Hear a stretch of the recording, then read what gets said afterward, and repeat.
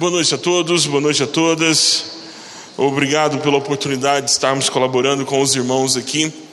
É uma satisfação muito grande poder dividir com os irmãos aquilo que o Senhor tem falado conosco e os desafios que Ele tem lançado a nós como igreja no Brasil. Sejam muito bem-vindos ao desafio de lutar pela igreja. Sejam bem-vindos ao desafio de mantermos a coerência com as nossas próprias vidas dentro de nossas casas. Amém?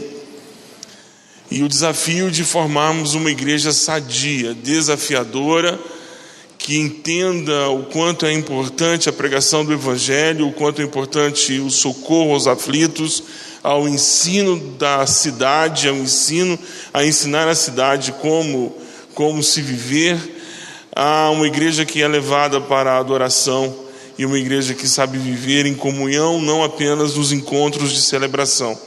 O local talvez onde nós tenhamos a menor influência ou o menor campo de abrangência é exatamente o local onde nós estamos agora, sentados nesses bancos. O desafio é continuarmos a sermos igreja amanhã, depois de amanhã e todos os dias, no seu condomínio, no local onde você mora, onde você trabalha, com os seus amigos, no seu campo de influência. É ser sal na picanha.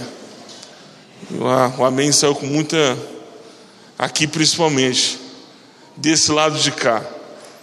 Amém, sal na picanha, glória a Deus. 2 dedos de gordura, aleluia. Então tá certo. Eu convido os irmãos a fazermos a leitura de Efésios capítulo 3. Efésios capítulo 3.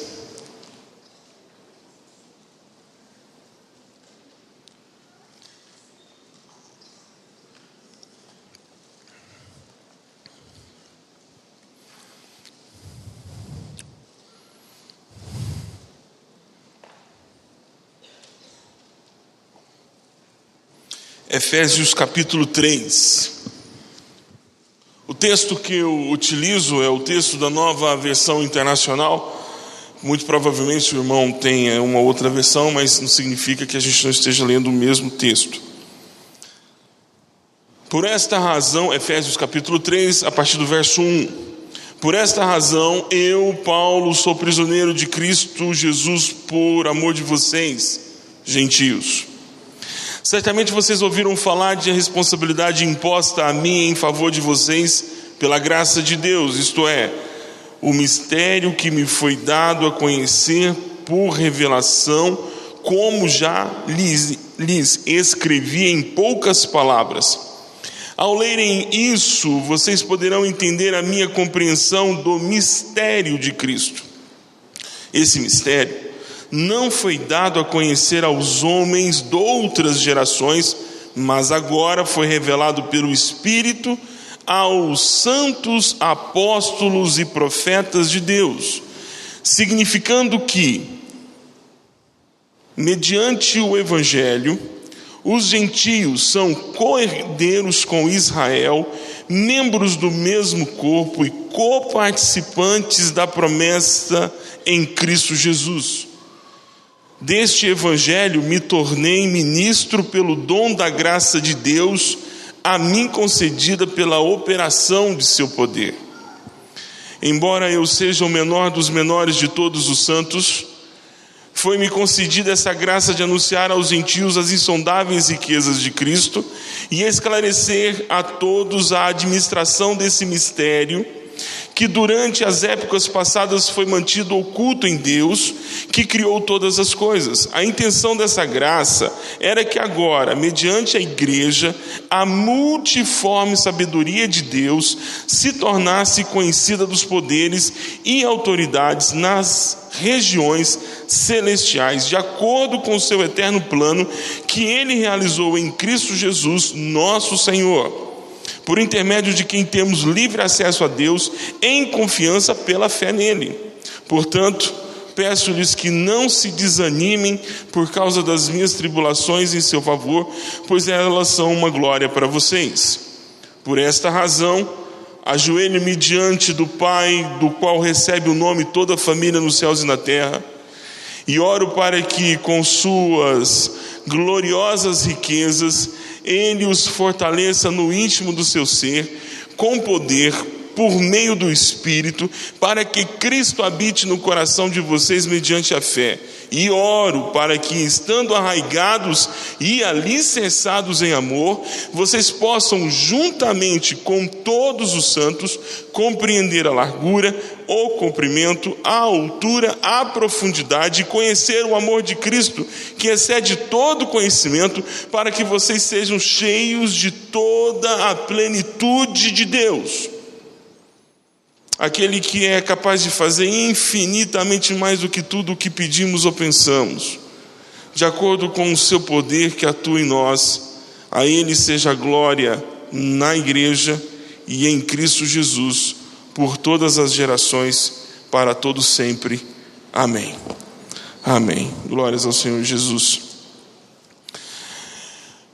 Eu particularmente considero a carta aos Efésios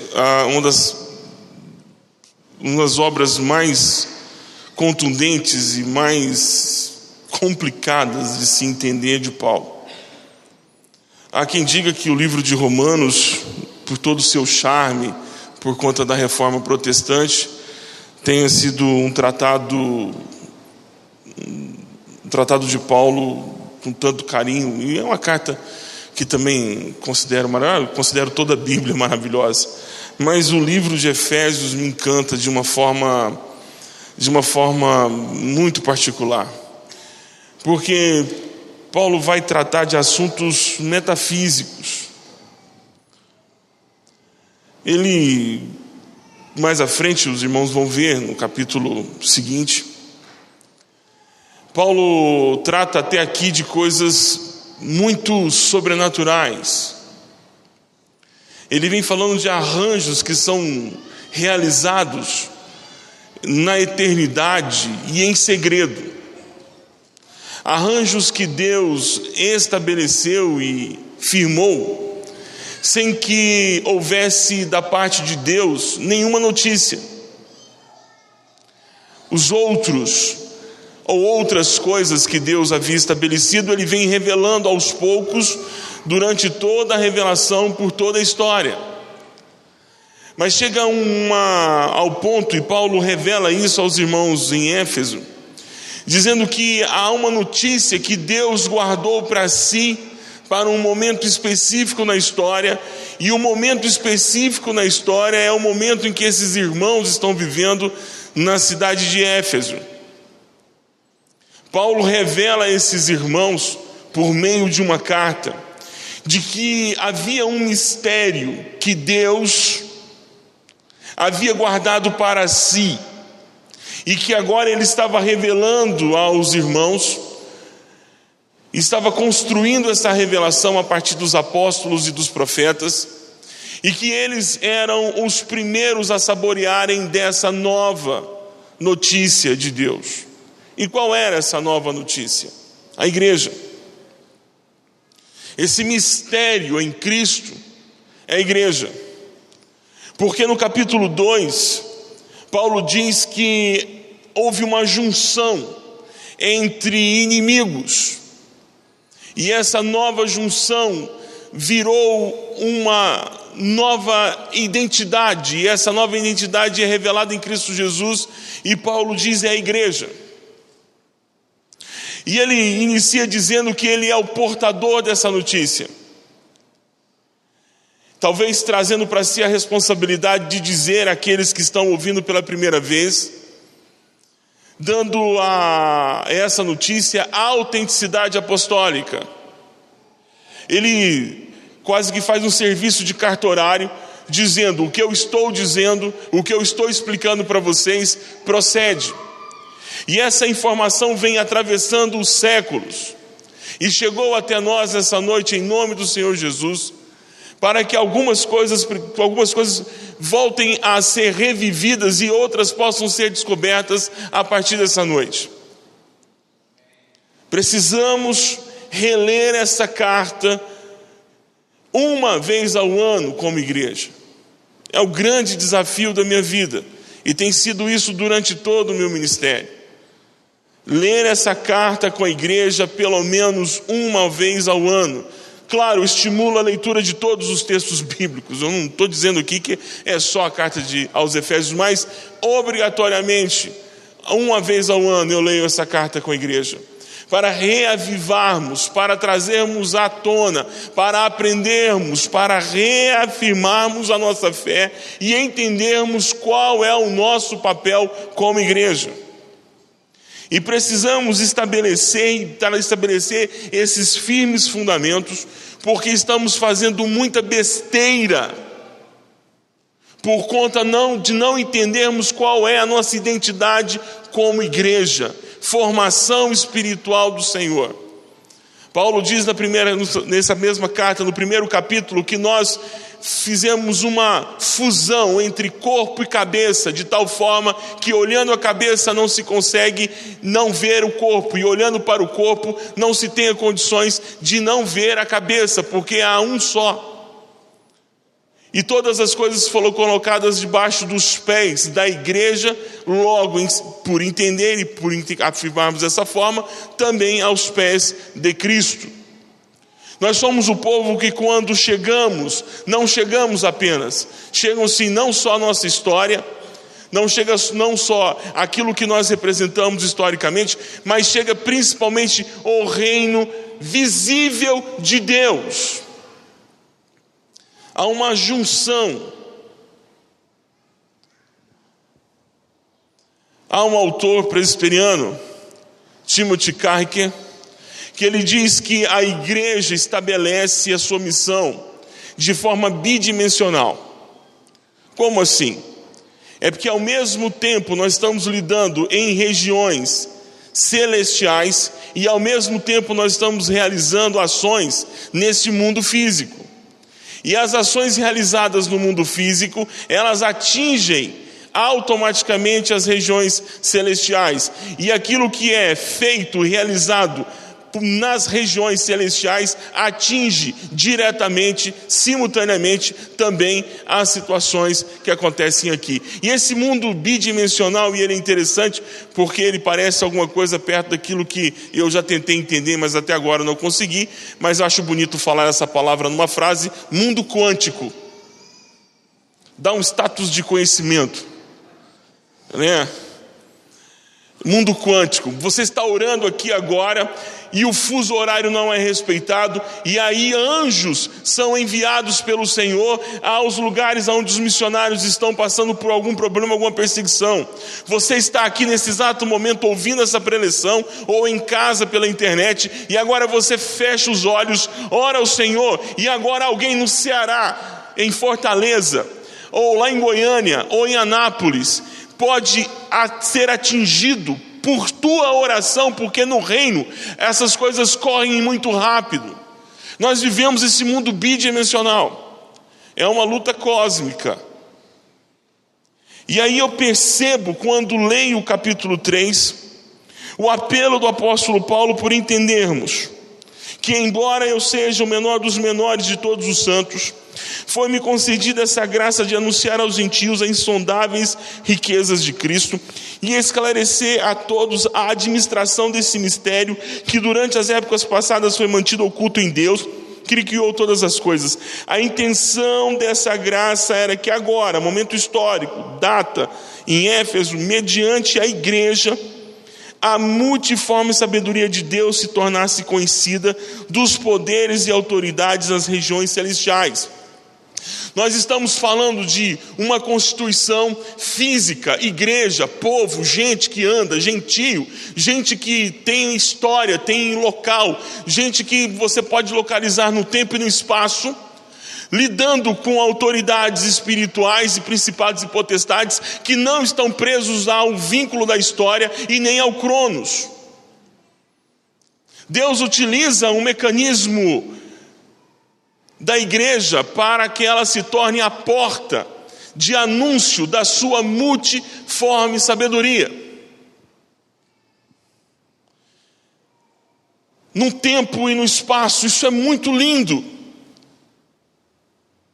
Um Deus todo-poderoso, um Deus magnífico, um Deus cheio de poder, Ele submete o seu desejo, ele coloca toda a sua vontade dentro do Cronos.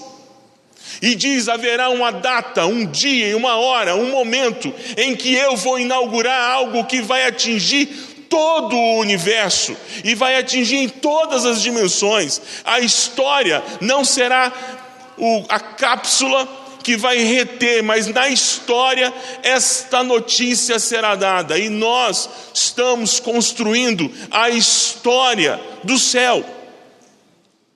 Os principados e potestades que agora estão estabelecidos em todos os lugares,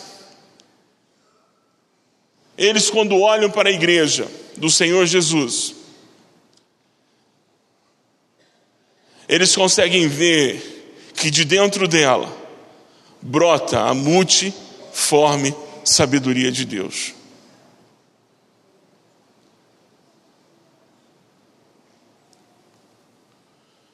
É muito lindo saber que você, professora, que quando chega lá na tua classe, em uma das instituições de ensino que você dá aula, e aí você, quando abre a boca, a multiforme graça e sabedoria do Senhor se expande.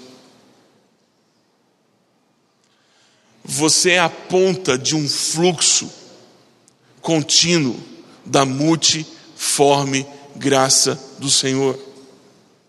E Deus resolveu transformar na história, no calendário gregoriano, Ele resolveu estabelecer na folhinha, aquela da padaria, o dia em que a sua multiforme graça seria revelada ao próximo. Sabe o Chico? Aquele migrante nordestino que é porteiro lá no teu prédio. Quando você passa por perto dele e abre a sua boca para dar um bom dia e Deus lhe abençoe, a multiforme graça de Deus o alcança. É por isso que nós não podemos fechar o fluxo da multigraça de Deus, a multiforme graça de Deus. E Paulo diz que Jesus, o Cristo, veio para ser revelado por meio da igreja. Nós somos a revelação de Deus. Glórias ao Senhor. E essa luta por sermos esse fluxo de Deus para o mundo não pode ser vencido pelos nossos próprios interesses. É um desafio, meus irmãos, diuturno. É um desafio todos os dias. Sairmos de casa convictos que somos uma das veias capilares da igreja, que alcança áreas em torno de todos os locais aonde nós estamos, e por meio de nós a multiforme graça de Deus alcança as pessoas que estão ao nosso redor. É um desafio não perdermos o foco disso, mesmo quando anunciam todos os dias que estamos em meio a uma crise. Você tem que fechar os seus olhos terrenos, fechar os seus ouvidos terrenos e buscar espiritualmente falando um foco, um reavivar de motivação para entender que mesmo diante de tantas adversidades, nós não vamos interromper o fluxo da apresentação da multiforme graça de Deus, da revelação ao mundo. Nós não vamos perder o foco.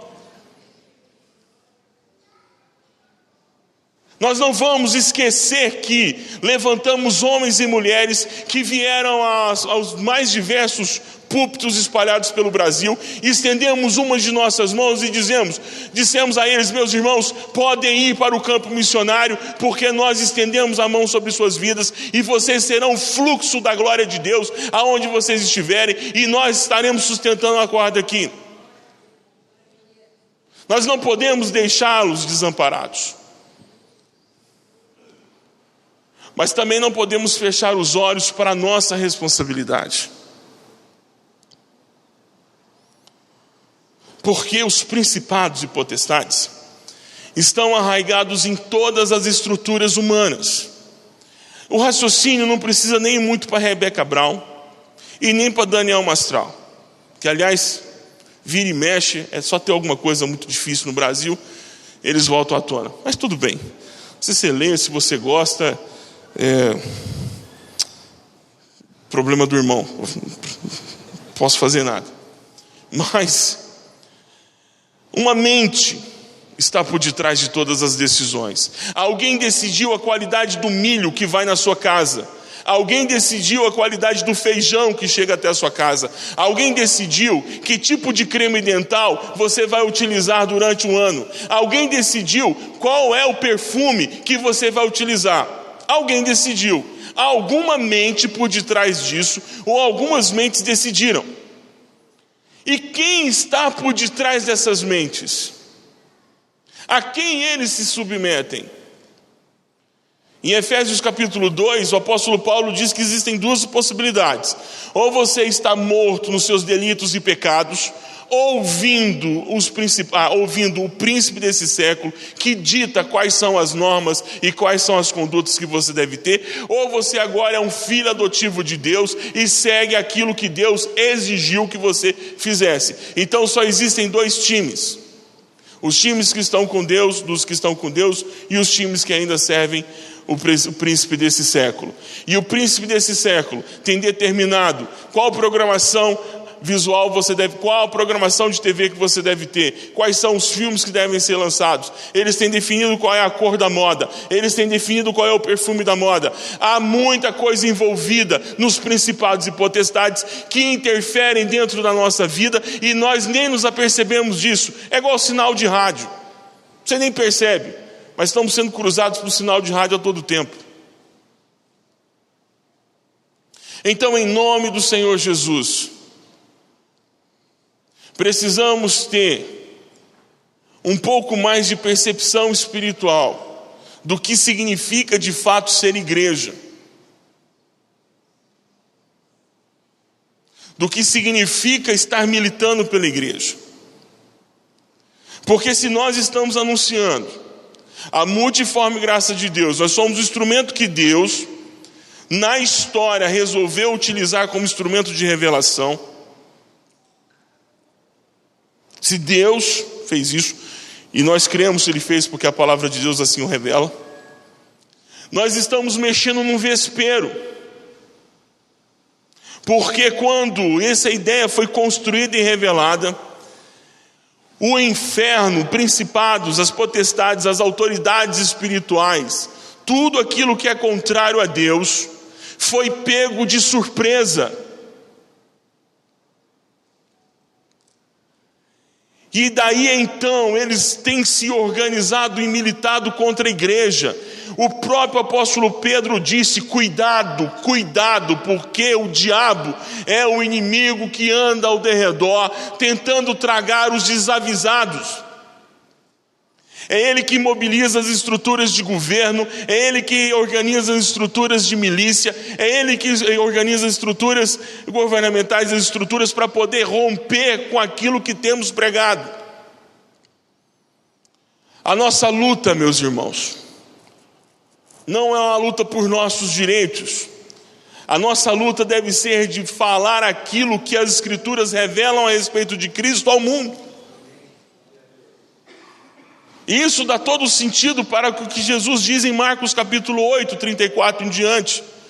Tome cada um a sua cruz e me siga. E o lugar da cruz é no Gólgota. E quem vai para a cruz no Gólgota, seguindo os passos de Jesus, não morre por si, morre pelo outro. Então o nosso ministério da igreja é levarmos essa palavra de revelação, porque nós estamos salvando o outro. Quando nós assumimos para nós apenas esse consumo de fé, quando nós assumimos só o fato de virmos aqui e termos uma experiência sensorial, ou apenas termos os nossos momentos de cartaz coletiva, quando todo mundo levanta as mãos e saímos aqui chorando, mas não alteramos as ordens das coisas que estão postas ao nosso redor, nós não somos revelação de Deus ao mundo, somos mais um povo de gente emitindo carbono, apenas isso.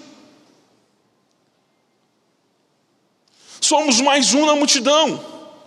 Não somos um instrumento da multiforme graça de Deus. E aí Paulo faz esta oração aos seus irmãos em Éfeso: olha, por esta razão, porque eu entendi que eu sou a pessoa pela qual essa mensagem chegou a vocês. Eu entendi, por eu ter entendido que isso agora vai mexer com todas as suas vidas. Agora não haverá mais sossego na vida de vocês, agora as perseguições do inferno serão constantes, todo tipo de retaliação, todo tipo de enfrentamento, todo tipo de busca para poder atrapalhar o que você tem como propósito como igreja. Por eu ter entendido isso, meus irmãos, e eu entendi perfeitamente e acho que vocês entenderam, Paulo diz: ajoelho-me diante do Pai, do qual recebe o nome toda a família, nos céus e na terra, e oro para que com as suas gloriosas riquezas, Ele os fortaleça no íntimo do seu ser, com poder por meio do seu Espírito, porque só debaixo do poder de Deus é que nós vamos conseguir entender qual é a nossa missão e sermos eficazes e eficientes naquilo que Deus propôs para nós. A igreja não possui poder em si mesma. Essa igreja e qualquer outra igreja, nesse Brasil, em todo o mundo, que se ache dona de alguma coisa, ela apropriou-se de algo que não lhe pertence, porque o poder da igreja não está na quantidade de dinheiro que ela possui, nem na sua qualidade em termos de equipamento, mas ela está no poder, está no Espírito Santo de Deus, que dá a ela capacidade de realizar aquilo que precisa ser realizado. E isso não significa ter 50, 500 ou 5 mil pessoas.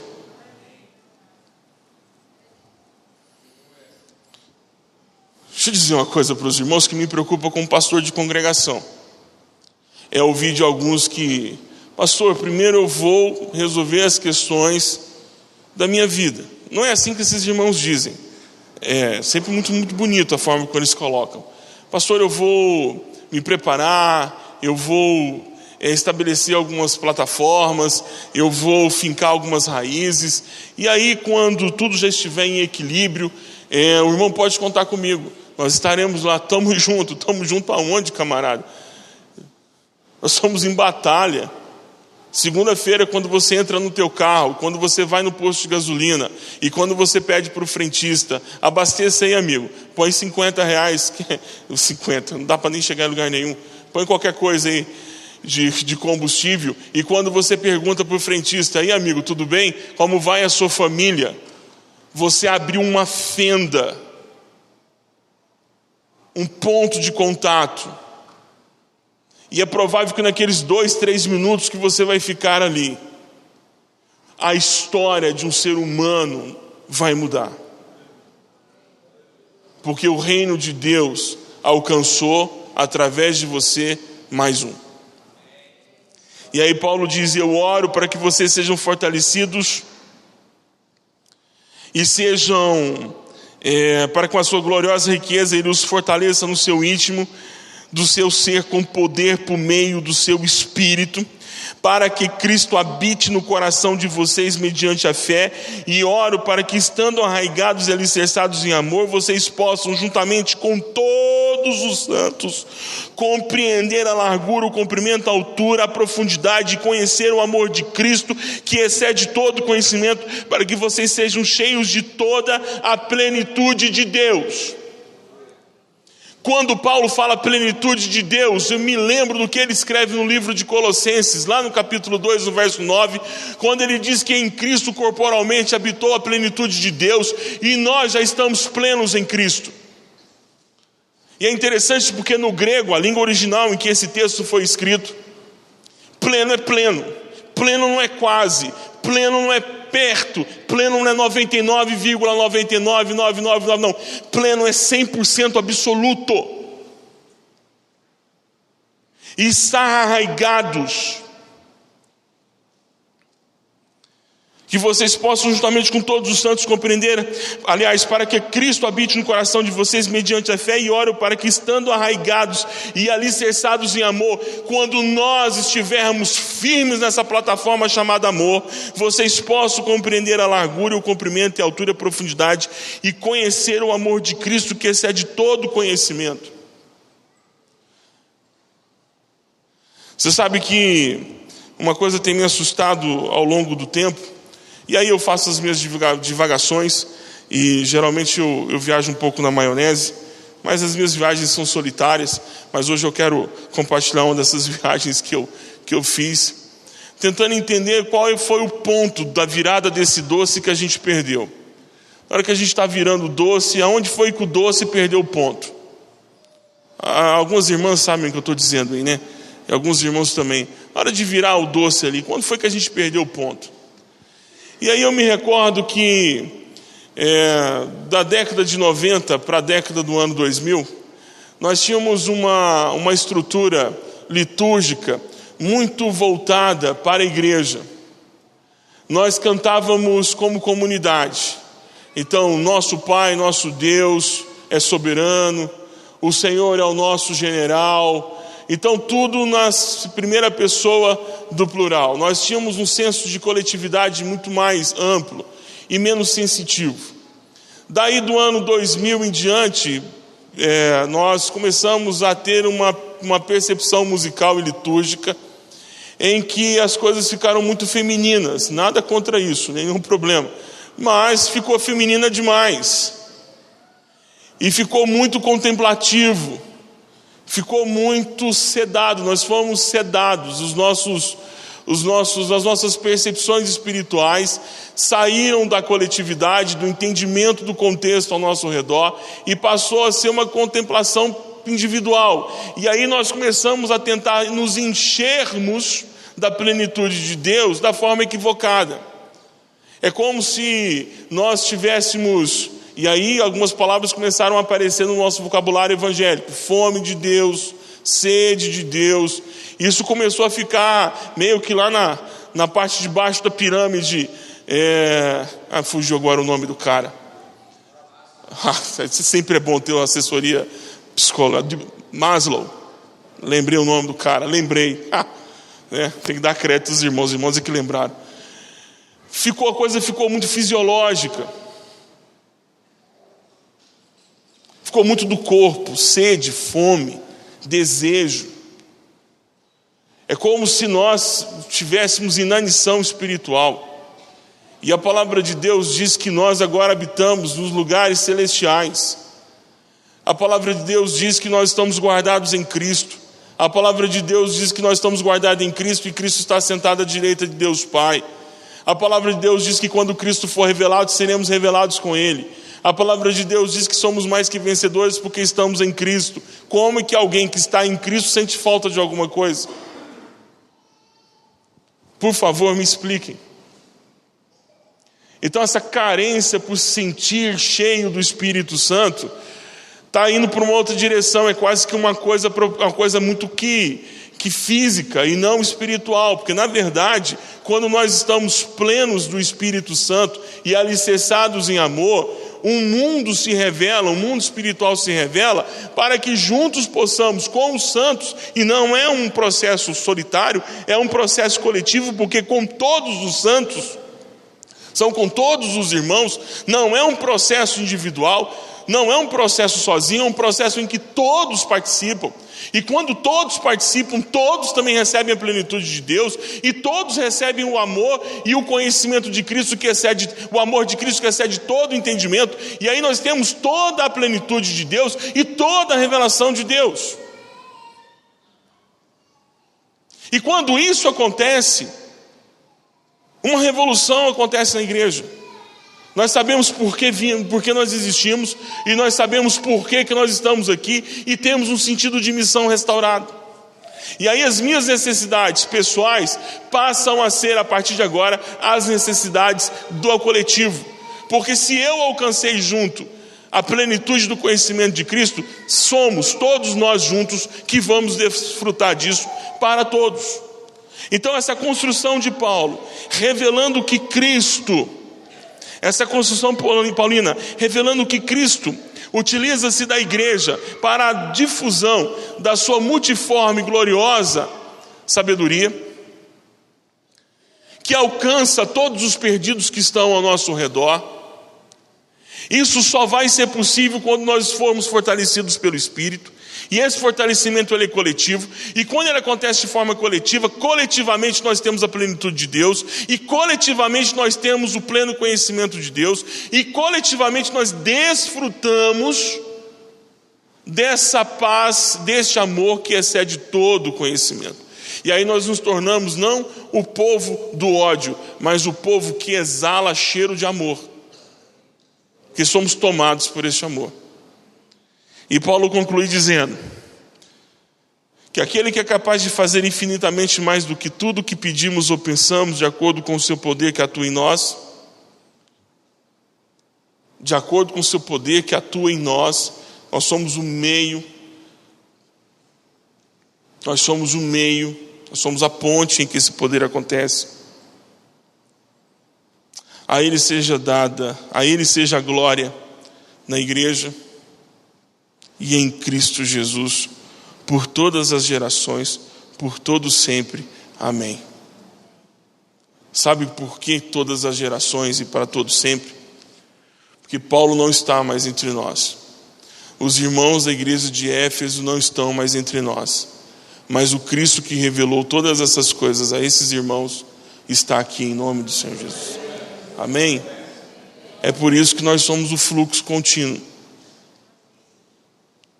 Agora, nós vamos deixar isso ser interrompido ou vamos fazer a coisa acontecer? Esse é o nosso desafio. Esse é o nosso desafio. Entender rapidamente todas essas coisas e não fecharmos o fluxo de Deus que revela a sua glória ao mundo por meio da igreja. Nós somos um meio que Deus escolheu na história para revelar-se ao mundo. Ele guardou isso para si. E em um dado momento na folhinha de calendário, ele resolveu dizer: está startado o processo, que comece então a anúncio a todos os principados e potestades, que há algo novo que está acontecendo no mundo todo, sendo ele espiritual ou o mundo físico.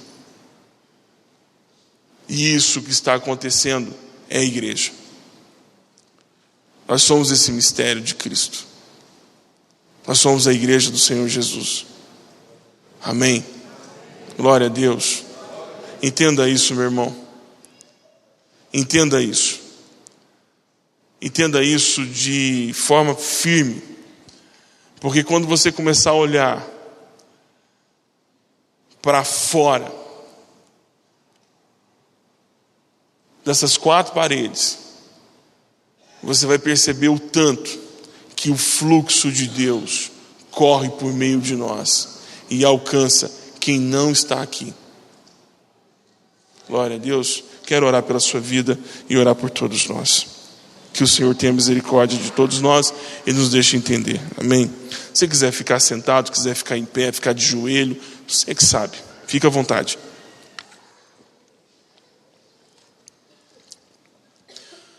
Pai querido, todo-poderoso, nós oramos agora no nome do Senhor Jesus, te dando graças porque o Senhor revelou isso a nós.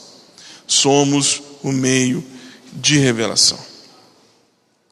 A igreja, ela revela a sua multiforme sabedoria. Obrigado.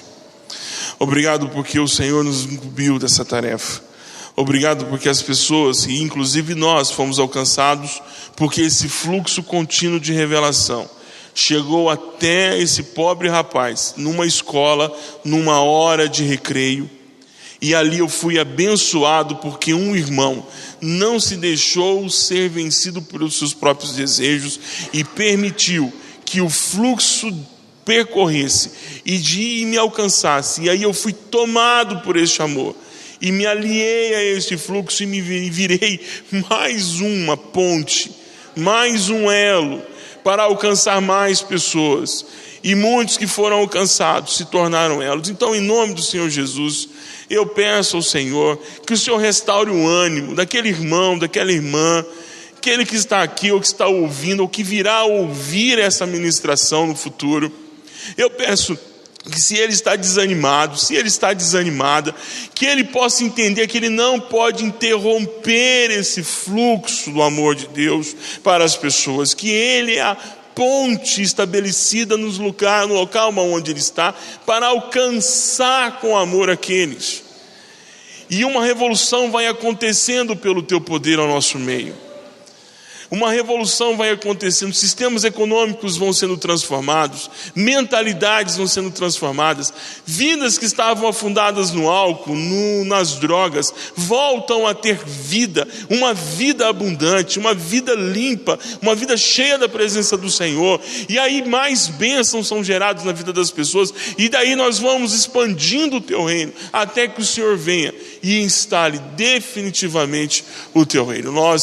O Senhor finalize o trabalho. Em nome do Senhor Jesus, eu quero te agradecer muito por tudo que o Senhor tem feito. Obrigado por essa igreja, obrigado pelo corpo de ministros e obreiros dessa congregação. Obrigado mesmo, Pai, em nome do Senhor Jesus. Amém. Amém. Obrigado, irmãos. Deus seja louvado pela vida de todos. Amém.